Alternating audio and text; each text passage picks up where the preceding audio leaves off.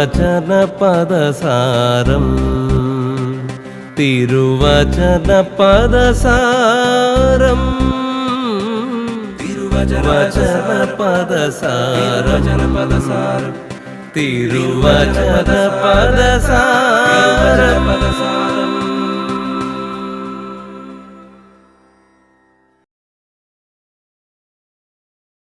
ഈശോ മിശിഹായ്ക്ക് സ്തുതിയായിരിക്കട്ടെ. മാന്യ പ്രേക്ഷകർക്ക് തിരുവചന പദസാരത്തിൻ്റെ 184 എപ്പിസോഡിലേക്ക് ഹൃദ്യമായ സ്വാഗതം. പ്രിയ സുഹൃത്തുക്കളെ, 8-ാം നൂറ്റാണ്ടിൽ BC 8-ാം നൂറ്റാണ്ടിൽ ജീവിച്ചിരുന്ന ഒരു പ്രവാചകനാണ് ആമോസ്. ആമോസ് പ്രവാചകൻ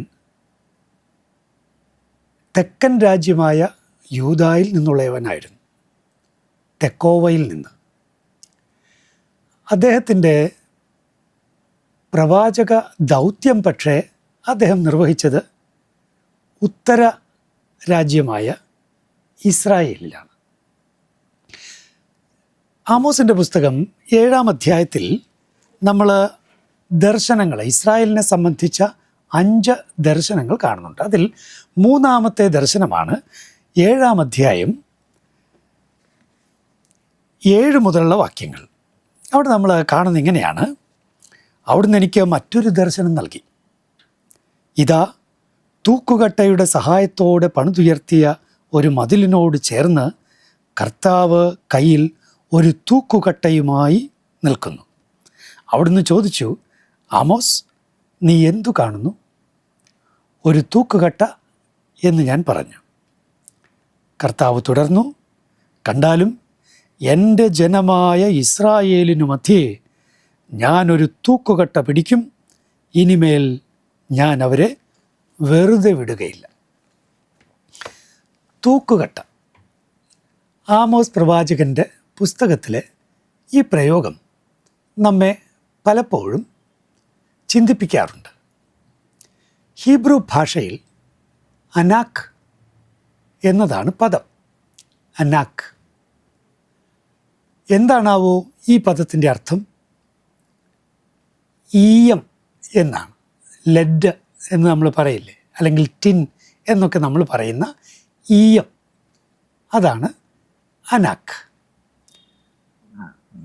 ഒരു അക്കേഡിയൻ പദമായ അനാക്കു, അതിൽ നിന്നാണ് ഈ പദം വരുന്നത്. അപ്പോൾ അർത്ഥം ഈയം. നോക്കുക, കർത്താവ്, അപ്പോൾ ഈയമാണല്ലോ സാധാരണഗതിയിൽ ഈയം കൊണ്ടുള്ള തൂക്കുകട്ട. ആ തൂക്കുകട്ട പിടിച്ച് മതിൽ പണിയുന്നതാണ്. ഇവിടുത്തെ വിഷയം എന്താണ്? കർത്താവ് വളരെ ഭംഗിയായി, വളരെ സ്ട്രെയിറ്റായി പണിത മതിൽ ആണ് ഇസ്രായേൽ. അതുകൊണ്ട് മലയാളം പരിഭാഷ തൂക്കുകട്ടയുടെ സഹായത്തോടെ പണിത മതിൽ എന്നുള്ളത്. ഹീബ്രുവിൽ അങ്ങനെയല്ല. ഹീബ്രുവിലുള്ളത് ഈയത്തിൻ്റെ മതിൽ അല്ലെങ്കിൽ തൂക്കുകട്ടയുടെ മതിൽ എന്നാണ്. എന്തുമാകട്ടെ, അർത്ഥം ഇവിടെ വ്യക്തമാണ്. ദൈവം വളരെ നേരെ പണിത മതിലാണ്. ഇസ്രായേലിന് ദൈവം തൻ്റെ തോറ നൽകിക്കൊണ്ട്, നിയമം നൽകിക്കൊണ്ട്, തൻ്റെ സ്വന്തം ജനമാക്കി മാറ്റിക്കൊണ്ട്, ഇസ്രായേലിന് വേണ്ട സഹായങ്ങളെല്ലാം, ഇടപെടലുകളെല്ലാം നടത്തിക്കൊണ്ട് ഇസ്രായേലിന് ദൈവം പരിപോഷിപ്പിച്ചു കൊണ്ടുവന്നതാണ്. വളരെ നേരെ പണിത മതിലാണ്. പക്ഷെ ഇപ്പോൾ കർത്താവ് തൻ്റെ തൂക്കുകട്ട പിടിക്കുകയാണ്, അനാക്ക് പിടിക്കുകയാണ്. അനാക്ക് പിടിക്കുമ്പോൾ എന്താ കാണുന്നത്? മതിൽ ചരിഞ്ഞു നിൽക്കുകയാണ്. അതായത് ദൈവികമായ നിയമങ്ങൾക്കെല്ലാം അപ്പുറത്തേക്ക് ഇസ്രായേൽ പോയി കഴിഞ്ഞു. ദൈവിക നിയമങ്ങളെല്ലാം തെറ്റിച്ച് ഇസ്രായേൽ ആകെ വളഞ്ഞു പോയിരിക്കുന്നു. ഇനി ഈ മതിൽ മനുഷ്യരുടെ ദേഹത്തേക്ക് വീഴും. അത് അപകടകരമാണ്. എത്രയും വേഗം പൊളിച്ചു നീക്കണം. ഞാൻ അവരെ വെറുതെ വിടുകയില്ല. പ്രിയപ്പെട്ടവരെ,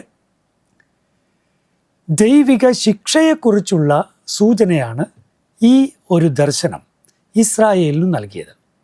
ഓർക്കണം, 6-ാം നൂറ്റാണ്ടിലെ ബാബിലോണിയൻ വിപ്രവാസത്തിന് മുൻപ് ഉണ്ടായിരുന്ന പ്രവചനങ്ങളെല്ലാം ശിക്ഷയെ ഹൈലൈറ്റ് ചെയ്ത പ്രവചനങ്ങളാണ്. പൊതുവെ പ്രവാചക ഗ്രന്ഥങ്ങൾ 6-ാം നൂറ്റാണ്ടിന് മുൻപുള്ളത്, അതായത് വിപ്രവാസത്തിന് മുൻപ് പ്രീ എക്സീലിക് പ്രോഫറ്റ്സ് എന്ന് പറയും. പ്രീ എക്സീലിക് പ്രോഫറ്റ്സ് അവരെല്ലാവരും അതിശക്തമായി ശിക്ഷ പറഞ്ഞവരാണ്. ഇസ്രായേലിനെ മാനസാന്തരത്തിലേക്ക് നയിക്കാനായിട്ട് അതിശക്തമായി ശിക്ഷ പ്രവചിച്ചവരാണ് അവർ. നോക്കൂ, അനാക്ക് എന്ന പദത്തിന് പോസ്റ്റ് ബിബ്ലിക്കൽ ഹീബ്രുവിൽ, അതായത് ബൈബിൾ രചന, ഹീബ്രു ഭാഷയിലുള്ള ബൈബിൾ രചനയുടെ കാലം കഴിഞ്ഞ് പിന്നീട് ഹീബ്രു ഭാഷയിൽ അനാക്ക് എന്ന ഹീബ്രു പദത്തിന് മറ്റൊരർത്ഥം കൂടി ഉണ്ടായി. എന്താണത്? ദുഃഖം എന്നാണ്. അനാക്കിൻ്റെ ഒരർത്ഥം ഈയം കൊണ്ടുണ്ടാക്കിയതിനാൽ നമ്മൾ അർത്ഥം മനസ്സിലാക്കുന്നു, തൂക്കുകട്ട. എന്നാൽ അനാക്ക് എന്ന പദത്തിൻ്റെ പോസ്റ്റ് ബിബ്ലിക്കൽ ഹീബ്രുവിലെ അർത്ഥം ദുഃഖം. ദൈവം ഇസ്രായേലിന് നേരെ തൻ്റെ ശിക്ഷ നടപ്പിലാക്കുമ്പോൾ ഇസ്രായേൽ വലിയ ദുഃഖത്തിലേക്ക് ആണ്ടുപോകും. ഞാൻ ഈ ആഗമന കാലത്തിൽ ഈ ഒരു പദം പഠനത്തിന് എടുക്കാൻ ഒരു പ്രത്യേക കാരണമുണ്ട്. നമ്മൾ ആഗമന കാലം എന്ന് പറഞ്ഞാൽ എന്താണ് മനസ്സിലാക്കുന്നത്? ചിലരെ സംബന്ധിച്ച്, അല്ലെങ്കിൽ ഒട്ടുമിക്കവരെയും സംബന്ധിച്ച്, യേശു ക്രിസ്തു ജനിക്കാൻ പോകുന്നു എന്നൊക്കെയുള്ള സംസാരങ്ങളാണ്. പക്ഷെ ഓർക്കുക, ഈശോ ജനിച്ചു കഴിഞ്ഞു, ഒരിക്കൽ ജനിച്ചു കഴിഞ്ഞു. പിന്നെ ആ ജനനത്തിൻ്റെ ഓർമ്മയാണ് ഓരോ ക്രിസ്മസും, അത്രയേ ഉള്ളൂ. പക്ഷേ സഭ തൻ്റെ ആരാധനാക്രമ ഭാഗങ്ങളിലൂടെ എന്താണ് ആഗമനകാലത്തിൻ്റെ ഫോക്കസ് എന്ന് നമുക്ക് പറഞ്ഞു തരുന്നുണ്ട്. വളരെ വ്യക്തമായി ലത്തീൻ ആരാധനാക്രമത്തിൽ ഈ ആഗമനകാലത്ത് ഏറ്റവും കൂടുതൽ ഹൈലൈറ്റ് ചെയ്യപ്പെടുന്നത് വീണ്ടും വരവാണ്, രണ്ടാം വരവ്. അതുകൊണ്ട് വെറുതെ ക്രിസ്മസിനുള്ള ഒരു ഒരുക്ക കാലമായി ആഗമനത്തെ കാണുന്നത് അത് സഭയുടെ മനസ്സിന് ചേർന്ന ഒന്നല്ല. മറിച്ച് അവിടുന്ന് വീണ്ടും വരും. പക്ഷേ അത് വിധിയാളനായിട്ടായിരിക്കും. അതുകൊണ്ട് ആ വിധിയാളൻ എന്ന ഈ ആഗമന കാലത്തിൻ്റെ അർത്ഥതലത്തെ വിശദീകരിക്കാൻ വേണ്ടിയാണ് ഞാൻ ആമോസിൻ്റെ പുസ്തകത്തിൽ ഈ അനാക്ക് എന്ന നാമപദം ഇന്ന് പഠനത്തിനായി എടുത്തത്. പ്രിയപ്പെട്ടവരെ, ക്രിസ്മസ് യേശു ആദ്യം വന്നതിൻ്റെ ഒരു സ്മരണ മാത്രമാണ്. എന്നാൽ ഇനി അവിടുന്ന് വരും, അവിടുന്ന് വിധിയാളനായി വരും. വിധിയാളനായി വരുമ്പോൾ അവിടുത്തെ സന്തോഷത്തോടെ സ്വീകരിക്കാൻ ഒരുക്കം എനിക്കും നിനക്കും ഉണ്ടോ? അവിടുന്ന് ഒരു തൂക്കുകട്ട പിടിച്ചാൽ എൻ്റെ ജീവിതവും നിൻ്റെ ജീവിതവും അത് ഋജുവായ ഒന്നായിരിക്കുമോ? അതോ വളഞ്ഞ് ഇടിഞ്ഞ് പൊളിഞ്ഞ് വീഴാറായി നിൽക്കുന്ന ഒരു മതിൽ പോലെ ആയിരിക്കുമോ?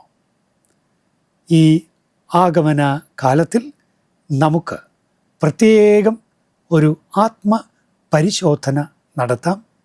നമ്മുടെ ജീവിതത്തിന് വന്നു പോയിട്ടുള്ള എല്ലാ വളവുകളും തിരിവുകളും മാറ്റി വീണ്ടും വരുന്ന കർത്താവിനെ, ഏതു നിമിഷത്തിലും വരാം എന്നുള്ള കർത്താവിനെ സ്നേഹത്തോടെ സ്വീകരിക്കാൻ നമുക്ക് ഒരുക്കം ഉള്ളവരാകാം. ജീവിതത്തെ ഋജുവായി കാക്കുന്നവരാകാം. ദൈവത്തിന് നന്ദി.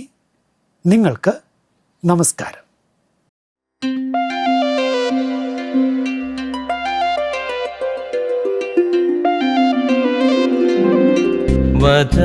വചനപദസാരം തിരുവചനപദസാരം